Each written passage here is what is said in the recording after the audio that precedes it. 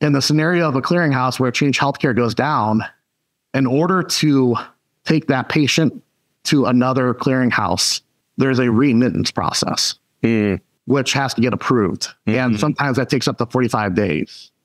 So imagine either losing your credit card and have to wait 45 days, or the place you go to every day for lunch, their transactions processor is broke and you can't use your credit card for 45 days. To us, that would be like, that's a deal breaker. I'm not using credit cards anymore. We're going back. Exactly. But in the healthcare industry, that's kind of the norm.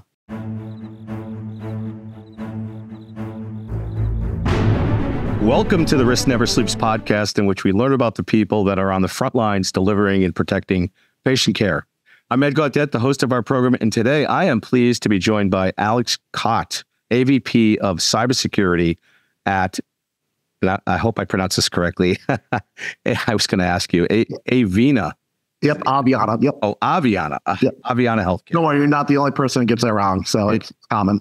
And you're in Atlanta, I believe, right? That's correct. Yep. Yeah. We've been playing the Braves recently. I don't know if you're a baseball fan, but the Sox have been playing the Braves last couple of days. Our corporate headquarters is right across the street from the stadium. So very nice. See a lot of that coming through. Excellent. Well, I'm honored to have you on the show. You sent and we talked about some questions and some hot topics that we're going to get to today, which I'm excited about. But before we do, give our listeners a little sense about your role in your current organization. Well, first off, I appreciate you having me. I listened to a few other podcasts, and I was very impressed with the topics and the discussions. And so my current role, I'm an AVP of cybersecurity. Long story is I basically 5 years ago, greenfield the cybersecurity program. So, started from a director to AVP and basically kind of the company's ISO of the organization. So I went through a lot of interesting hurdles to get to where we are now, where I feel very comfortable state of our cybersecurity program. Excellent. How did you get into healthcare IT and cyber? So I've been in IT for pretty much my whole career path. I mean, I've been always a nerd. I always liked, when I was in high school, I was doing console hacking, stuff like that. So this has always been hobbies of mine. So, started as help desk started from the bottom at help desk to, sysadmin, system engineering, security architect to, where I'm at currently as the security officer at the company. So it's one of those things where it's just been a kind of long-going career path. I definitely worked in other career, which I'll mention probably in a few seconds, different industries such as payment card industry, retail, credit unions, and a little bit of previously in healthcare too. But this is definitely my biggest role when it comes to healthcare. What did you do in retail? Who did you work for in retail?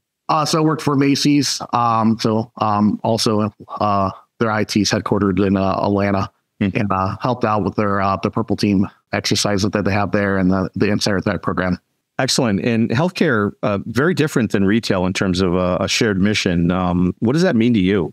It's very different. So, and actually, I worked probably the most in the payment card industry, in the realm of cybersecurity, and HIPAA and high tech doesn't really provide black and white, like these are the tools you need.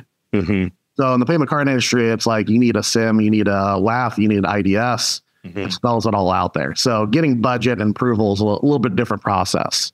Yeah. And how does it, in terms of, working in healthcare, how do you find that shared mission and the ability to maybe articulate what you do to folks that may not be familiar with tech? Has that made a difference for you personally? It has. There's definitely a different level of obviously clinical support. So there's a lot more care for that. Yeah. The healthcare industry compared to like fintech, obviously a lot more people are going to be more technical in the fintech roles. Yeah. But it in the end result, I mean, as long as you're able to basically take big concepts and explain them properly, most people understand. And even in healthcare, rolling out technology really wasn't that much of an issue. As long as you get the right support from the right leadership and kind of explain it properly in all the stages through the whole process. I mean, building a cybersecurity program is my first rodeo. I've done it in the payment card industry. So that whole process of knowing what's going to happen and explaining that to people definitely helps the whole lot. Yeah. You've obviously seen a lot of change over the last couple of years in healthcare.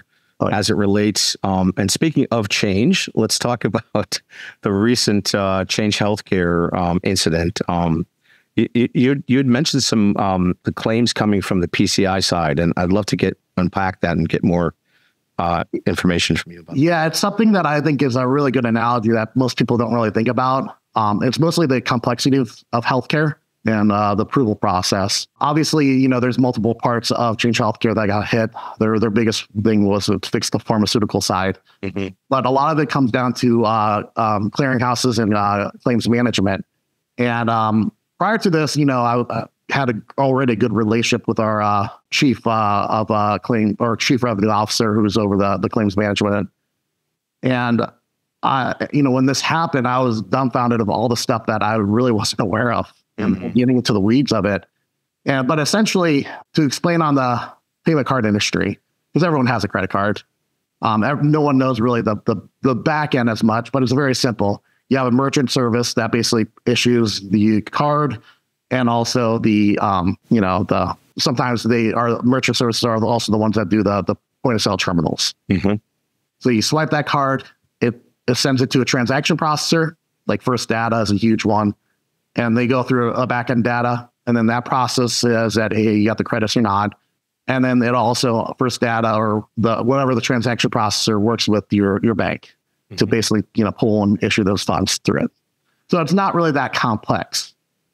In the same exact scenario, you have your hospital system. Sometimes you have claims management portal software you go through that basically aggregates, because you're going through, we have like almost 300 payer portals we go through in our organization. And a lot of that's consolidated through some applications, but a lot of it's still manually through directly to the payer sites. And then the clearinghouse which will be essentially Change Healthcare. Then that goes into the actual patient's information. They have all that, and they process that, and then they can move the money back over when they submit the claims to our bank. So not very different if you think about it.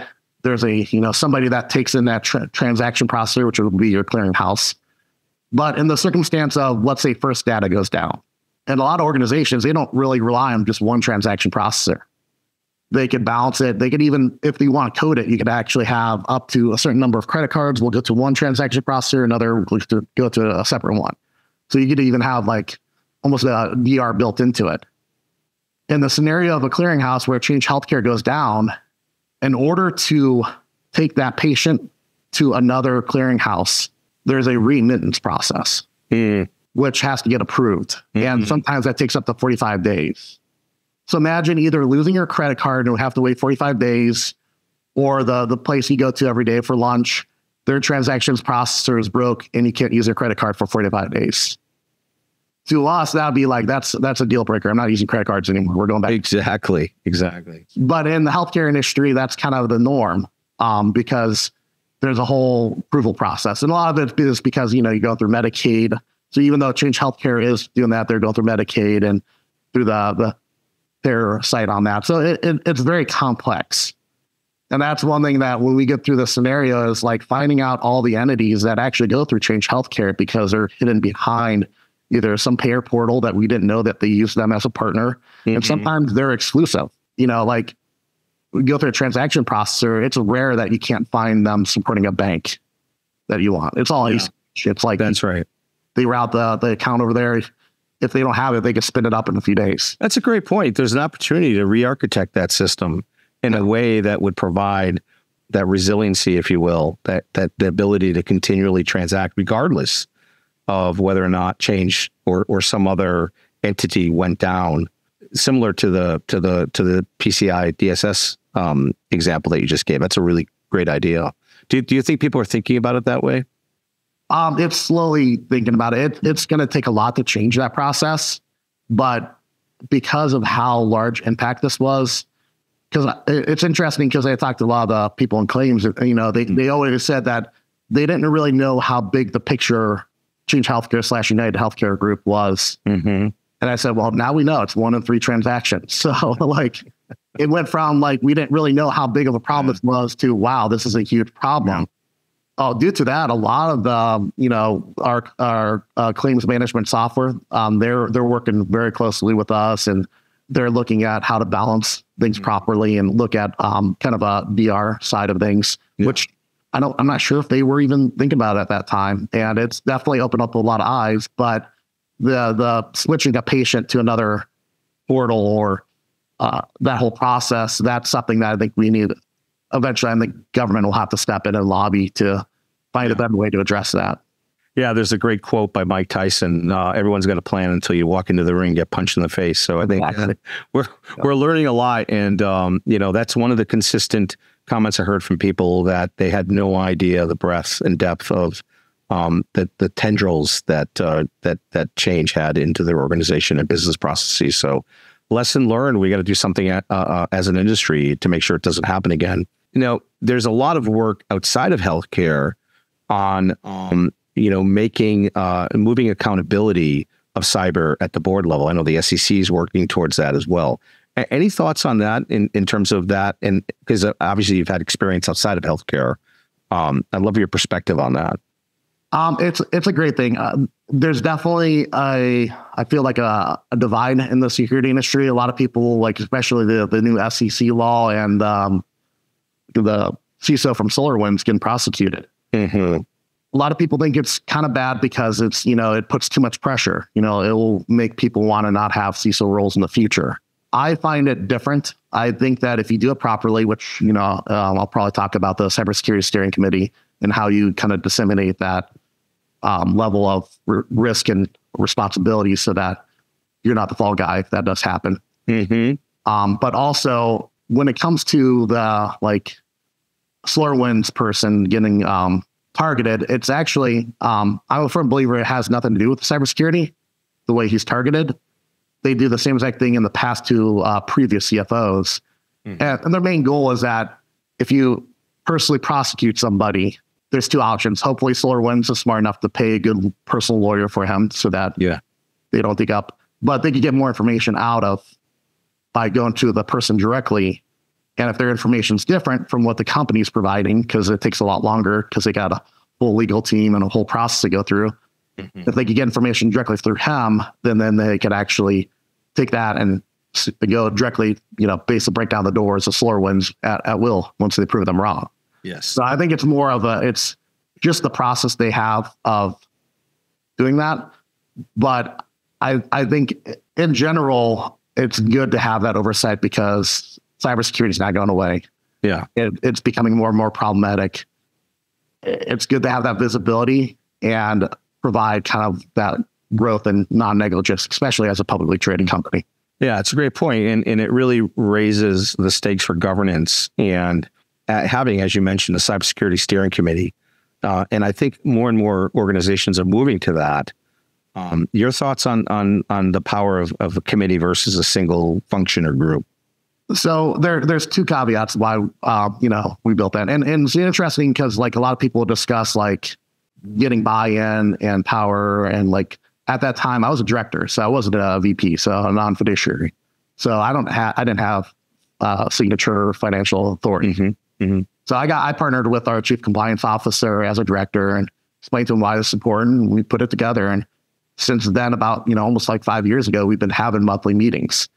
And so it's a twofold. So it's not only just to basically provide education to the company. I mean, when we rolled out multi-factor, we knew that there's going to be hurdles. Nobody rolls out multi-factor without, any hiccups. But because the revolt of the organization. Yeah. Well, actually, it really wasn't that bad. We did a really good job of communication and basically just hands-on. We rolled up the sleeves. We were bunkered out at rooms trying to roll it out. Yeah. This was at the beginning when I built out the program 5 years ago. Yeah. The technology's matured. It's come a long way. So it's a lot easier to, modalities are, much more friendly, if you will. Yeah. Yeah. No, we used Duo and the push prompt and education around that was easy. It's still adding an additional step to everyone's life. So no matter what happens, there's always going to be a loss in some situation. But as long as people understand it while you're doing it, you're not being intrusive. You're there to willing to help out. It was super easy. Yeah. So the steering committee, you provide education around things that change in the organization. We also, provide growth patterns. We use Jira tracker projects. Mm-hmm. I'm a firm believer of your standard metrics of like how much are IPS blocked or how our email gateway blocked this amount of emails are stupid numbers. They don't provide any value. But showing that how much, applications you adopted through multi-factor integrations with your SIM, how many more log sources you're pulling, growth in that, and just providing that every month provides that non-negligence factor. But it shows that your program's not stagnant. By doing that also, if something bad happens and they want to go attack you, you have discoverable presentations, notes that shows that you are putting effort into the program. You're not negligent. And things happen and people understand, but at that point, there's a whole committee of people. So it's either they'll get rid of all the VPs of the company and go under instantly, or realize that you're doing the right thing and you're moving it without being in a silo. Yeah. And that's, I think, the hugest power to that steering committee is that there is no one fault, but also at the same time is that the whole company is fully aware so that everyone appreciates where you're going. No, that's a great point. And I'm seeing a huge driver for this as being AI. Obviously, people are building governance committees around AI and how they think about dealing with risk and assessing risk of AI at a cross-functional level. And how are you dealing with AI currently? I'm taking a kind of a more simplistic approach. I'm not really, trying to say against it or block it all, but we already put together kind of a classification handling policy. So the company as a whole has all the documentation information of what's internal, confidential, restricted, internal use only. So we know what's sensitive or not on top of our HIPAA guidelines. I view it as whatever AI is, and I actually did a presentation of explaining AI and all the terminologies. I got in the weeds too, but not to the Leadership Connect where I, took a more high level approach, but I explained to them like how that works and why it's important. And, it is a self-learning machine. You go to ChatGPT and you type in a prompt. It's not like a Google search where it's just taking that prompt and going and fetching data. It's a relearning off your prompt. So basically the main thing is that if it's any public information, then that's fine. But anything outside of that, confidential, internal use, or restricted, you should never, ever place an AI, even in a prompt. And then we treat it just like any other third-party software. So that's kind of the goal that we're sticking to, just to make it less complicated. Because you get in the weeds of all these one-offs and what ifs. Get Copilot license, which is super expensive, which I don't think most companies will be able to afford. Yeah, it creates a level of complexity, and I rather just keep it simple for most people for the time being until more information comes out there and better ways to handle it. So mostly as an enabler, an individual enabler for productivity purposes or other purposes. As long as people are fully aware of what public information and what is sensitive, and as long as they're doing that, I don't think it's really much impacting. It's a great approach. And then, do you feel like you'll be applying it internally for any of your business processes in the near future? I mean, we do have security tools that have natural language processing on our email gateway. We have a chatbot we use for a lot of support FAQs and password resets. So we do adopt AI. Yeah. Now into the sense of like what Meta or X or Google's doing, not even close. Yeah. But I don't think most companies will probably even get there in the next 10 years. So what they're trying to do. Yeah. So let's kind of shift and talk about the people process tools and specifically, how do you think about when you talked about building out your program? Did you take an internal approach to it, or is it more of a hybrid where you're pairing internal people with an MSP capability, or how do you think about that? So we did have an MSP for a little bit. That's one of the lessons learned that I had.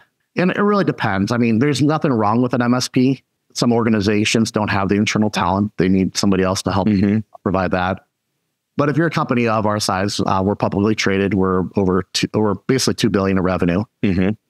And we have the ability to basically in-house if we can. So we took that approach. When building out your tools, if you've never done it before, my recommendation is just to basically kind of get an idea of like what it really takes as a quote unquote ransomware group or adversary, like nation state sponsor. You could hire companies. There's plenty of them out there.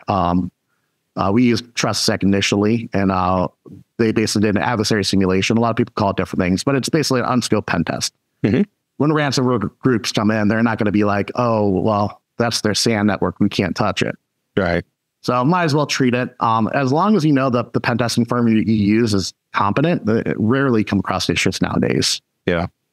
So having that provides of what your biggest weaknesses are. If you're greenfielding, I always start with like your email gateway, multi-factor.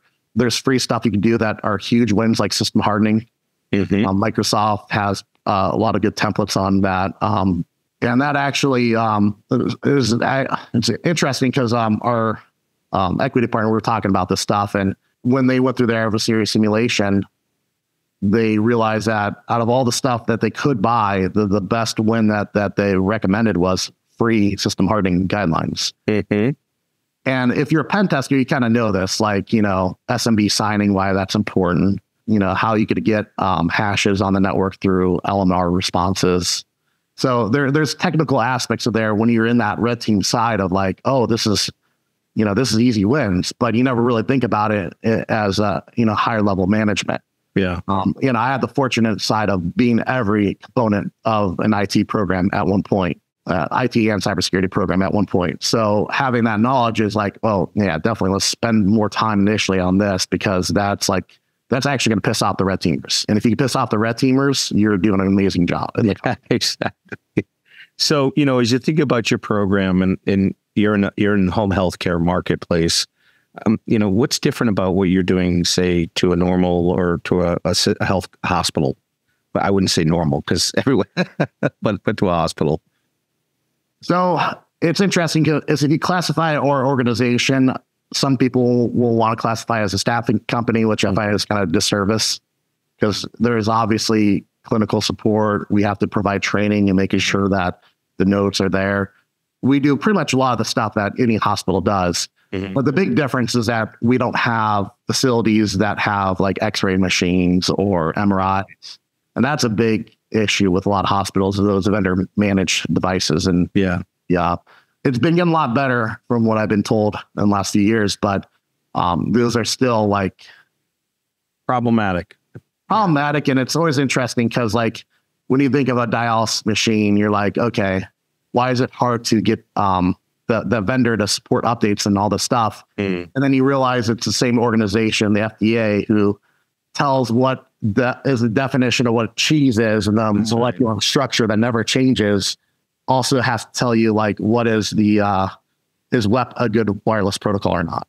Like the same organization has to decide that. So I can see the hurdles, and since COVID, they've been actually increasing and improving a lot over time on that. Yeah, that agency has been evolving as well, and things are definitely going in the right direction there. As you think about but you're still a covered entity, yeah, we still have the liability for our caregivers. We have to provide training, the clinical notes, all that. We have our custom EMRs that we have for all of them. It's actually, and the other side is that we're a little more complex because probably in 5 years, we acquired 30 companies. Wow. So we were very heavy in merger and acquisition, and we actually had to step in with the acquisition team, and I kind of worked through a better process, and which definitely saved us, because a lot of companies I see when they do acquisitions, there's a lot of steps in that process. They do it wrong, and acquisition teams, their job is to get it, bundled up and be one and done. Integration's always the hardest. You're never going to come back to it. So you're just kind of stuck with that. So we work with them closely and making sure that process is done properly. And, I've seen organizations do two-way trust where their domain is like full of all these companies. I'm like, that's a nightmare. That's going to about to happen. Yeah. Multiple email systems, like just standardize on. And so as you extend your presence, are you going into different states as well, or are you staying in Georgia, or? For the most part, we for sub acquisitions in the past, we went out there but a lot of the stuff can be done remotely. It's not as complex. I would say pretty much the majority of since COVID, it's been, I go in the office almost like probably about 4 times a month now. It's a lot different now. So the perspective and changes of, what's needed, it's a little different. Yeah. Yeah. It certainly has changed over the last couple of years. So, as you think out over the next 12, 24 months, what are your top 3 priorities? We recently took over identity access management. We automated a lot of that.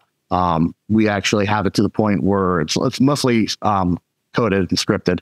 Mm-hmm. So it goes from the process of we pull data directly from our HRS system and auto provision.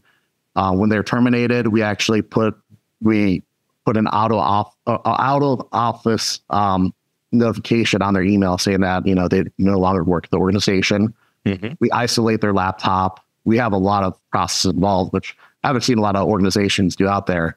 So we just got kind of done with the majority of that process, and we're switching over to the asset management component, making sure that whoever has laptops, we actually tie it together with our security tools and monitor, who is actually the right user. Are they following the proper process? Which another thing, both the auto deprovisioning process that we created and that asset management process we're creating, I haven't seen a lot of organizations really. Yeah, no, it tends to bite people. Terminating employees and their access for whatever reason seems to be the long pull for a lot of people until it gets them in trouble, and then they recognize it. So it's good that you're getting, you're forward thinking there. It's not an easy process because our biggest problem, which I'm sure all organizations deal with it, is the naming consolidation. Mm-hmm. So you have different naming standards in different systems. So as long as you know that, we used Workday, which is our HRS system, that's our source of truth moving forward. We then reconcile all that data going back to that, whatever system it is, and then use that moving forward. So that helped us out a lot. Yeah, that makes sense. What keeps you up at night? So ironically, it's more so recently we took over our infrastructure team. We moved level 3, which is all of our sysadmins, networking, and other components under myself for a security first approach. Our cybersecurity program is very mature. We've caught a lot of cool stuff in the past, but our infrastructure team, since they report to me, I would say they keep me up a little more at night because operationals is always an issue. Yeah, 24/7. Yeah, so I would say that keeps me up more at night than actually my security program at the moment. Oh, that's good. Which is rare because most people always freak out about security programs. Yeah. But yeah, well, it sounds like it's new in terms of your purview. So I'm sure that'll settle down. What over the last couple of years, we went through a pandemic. Obviously, tough on a lot of folks. What are you most personally or professionally proud of? During the pandemic, we did an amazing job converting the last few people over to laptops, and I don't know if it was luck or forward thinking. A lot of our applications were either SaaS based or externally exposed at our data center. So a lot of people did suffer from that model of they had to be connected to the data center for a lot of the web proxy stuff like that. When we went from work at home for most of our corporate, none of that really changed. Mm-hmm. And a lot of the tools we have, our EDR that communicates through the internet. We pull Sysmon and Windows events through WinLogBeat, which goes to Elastic, and that's all externally exposed to. So we were able to basically pivot and have the same exact information if they were on the VPN or if they weren't on the VPN. That definitely helped us a lot. Excellent. Outside of your day job, outside of cyber and healthcare IT, what are you most passionate about? What would you be doing if you weren't doing this job? I've always been a big gamer. I knew it. I was going to ask you that initially. So what's your go-to game? First person shooters. I play a lot. So Nice. Apex, Call of Duty. Yeah. I used to be huge into a game called Titanfall. I did actually some competitive on that, but I'm older now. So people that are 10 years younger than me, like some of my coworkers, we game and they're 10 years younger than me. And like their reflexes are like insanely fast compared to mine. I'm like, was I ever that fast or am I just old now? So it's hard. Yeah. I was, did you play D&D ever? Oh yeah. Yeah. I was a big D&D player. I wish I still played. I know people that still play the game. I don't know if you do or. I have some friends that do, it's called D20 where they go on and they remotely meet up with people to play D&D. Oh, cool. No, so it's definitely evolved. Yeah. I'm sure it has. So if you could go back in time, what would you tell your 20-year-old self? definitely stick to the career path. But I would say one thing I learned in life is you got to put yourself out there. Mm-hmm. I created a lot of cool tools in the past and as hobbies, but nobody really knows who you are unless you put yourself out there. So that's one huge thing I learned, is that you should just go out to conferences. You shouldn't be when I was younger, public speaking was not my forte. Me too. So it's definitely something I learned over time. Mm-hmm. And but if I was able to force myself at a younger age to do that, I would be miles ahead of where I'm at currently. Yeah, no, I agree with you. I froze up early in my career as public speaking, and it really just forced me to figure it out. Like, what happened? Why did I freeze? And it came down to really a simple lesson, which is you have to practice. No matter how well you know the material, you have to practice. And that's what made Steve Jobs such a great presenter. He literally would practice insanely for any presentation, and he made it look simple. He made it look natural. But you could tell he's super analytical, because when you pause, there's that deep moment of thought, which, people like, me and you, I'm sure we're both kind of like a little introvert, analytical. So, it takes us a lot harder to do that public speaking part, but to analyze a complex system, it's easier for us though. Exactly. You can see Steve Jobs was like that. He understand those complex systems, but also had that skill. Yeah. A lot of people don't know this. You probably know this, but he worked at Atari, one of his first jobs. Well, really interesting guy. All right. So I have to ask you this question, Risk Never Sleeps podcast. What's the riskiest thing you've ever done, Alex? So I wasn't huge into the console hacking scene. So there's definitely some gray areas at that time. Mm-hmm. And let's be honest, if you're a kid of the 90s, everyone either had a friend that knew how to use Napster or somebody did use Napster. Mm-hmm. So it's definitely more of a faux pas now. And I think it's awesome because streaming services, I don't mind that stuff. I'll pay for all that stuff because of how easy and convenient it was. Yeah. But back then that wasn't the case. But it was definitely an interesting scene kind of the developers, the custom homebrew applications, the emulators. And this is the original Xbox, going in from at the end of my high school, in 2003, 2004, on all the software modding. But it really got me into understanding security a lot, because there was to do a soft mod, you have to do a font exploit. So you're doing a buffer overflow attack on a game to render your own custom dashboard. From there, you overwrite files. So it was something that I did because I got this Xbox and I could go to my friend's graduation party and they're all playing old school NES on an Xbox, and it's the coolest thing in the world. People from the pool were coming out to play games. That's awesome. But ironically, got me kind of that mindset of understanding cybersecurity. Yeah. Yeah. No, it's that's a great example. Music or movies? If you were on a desert island, what would be the top 5 albums or movies that you would bring with you? Ooh, it's a good question. I'll probably go with movies. Okay. And more complex movies that I could watch and relearn. Trying to think of movies that I think that I could probably rewatch a bunch, something like Donnie Darko. I think I watched that a few times. That's a great movie. And there's still something you learn each time because how complex it is. Absolutely. It's a great movie. I wouldn't say it's the best movie out there by any means, but it's definitely something I think I would benefit of rewatching. That's any other one. That's a good one. That's a there's a lot of good movies out there that I could probably ramble off. Cool. I always love watching Shawshank Redemption. That one comes up all the time. Yeah. This is the first time Donnie Darko's come up though. So appreciate it. I think it's something that I could probably watch. I only watched it a few times in the past and I loved it each time, but I think if I keep rewatching it, I would learn something new. You see something different. Exactly. Yeah. All right. Hardest lesson in your career? I would say, which also got me into cybersecurity. I did a lot of IT consulting for various companies. There's a home remodeling company in Ohio, and he's a super awesome guy, the owner of the company. So I built them a custom file share, redid a lot of their applications for their accounting software. So I was just kind of their one-man IT person that came in, 10 to 20 hours a week. Mm-hmm. And the file share I actually converted over to Linux SMB, but the biggest mistake I made was I needed to support it remotely, so I had it SSH publicly exposed, which was not a bad thing. But the password I had for root was a funky way of spelling the word password. So it wasn't really that complex. Yeah. And again, this is like 2006, maybe, very early on in my IT career path. And when I was out there one day and they were saying the network share was having issues.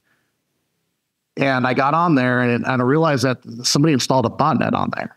Oof. And this was interesting because like botnets were still kind of a new concept.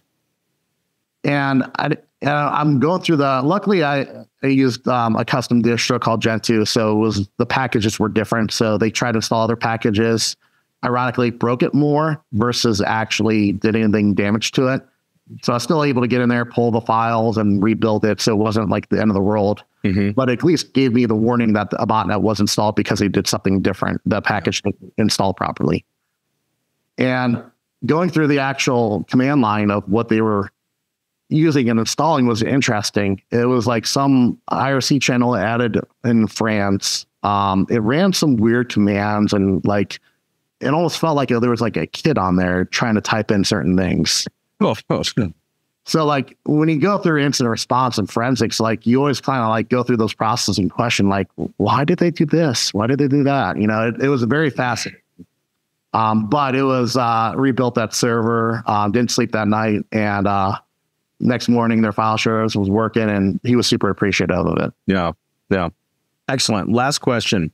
What advice do you have for folks that are breaking into cyber or healthcare as they start thinking about pursuing a career? First recommendation, look up your local B-sides. There's always B-sides in most major cities out there, so you could always get an interest of your local talent. 100% conferences makes things easier to get in the field. Yeah. There's a lot of certifications out there that are good for offensive security. I feel like defensive security needs something better. It's actually something I put together as a Purple Team Village. If you ever go to, there's two conferences I go to, Space HackCon in Orlando and Red HackCon in Louisville, Kentucky. So if you go there, I'll have that Purple Team Village, but it teaches a lot of the incident response, blue team side of things that you could actually take back to an actual corporate environment. So I feel like that education definitely needs to be there. There's certs out there like SANS, but they're really expensive. They're good. Yeah. But, I wish there's more things out there that somebody, more entry level could take something and then literally get that knowledge and apply it directly back to the corporate environment. And on the defensive side, I haven't really seen a whole lot of that. Yeah, that's great. That's great. Like conferences is huge. Conferences, yeah, you got to get out there and you got to talk to people and you got to see what's new and stay obviously up to date because every day, risk never sleeps. Every day, something new is coming out. Right? Well, Alex, I appreciate your time. Thanks for being on the show. This is Ed Gaudet from the Risk Never Sleeps podcast. And if you're on the front lines, protecting patient safety and delivering patient care, remember to stay vigilant because risk never sleeps.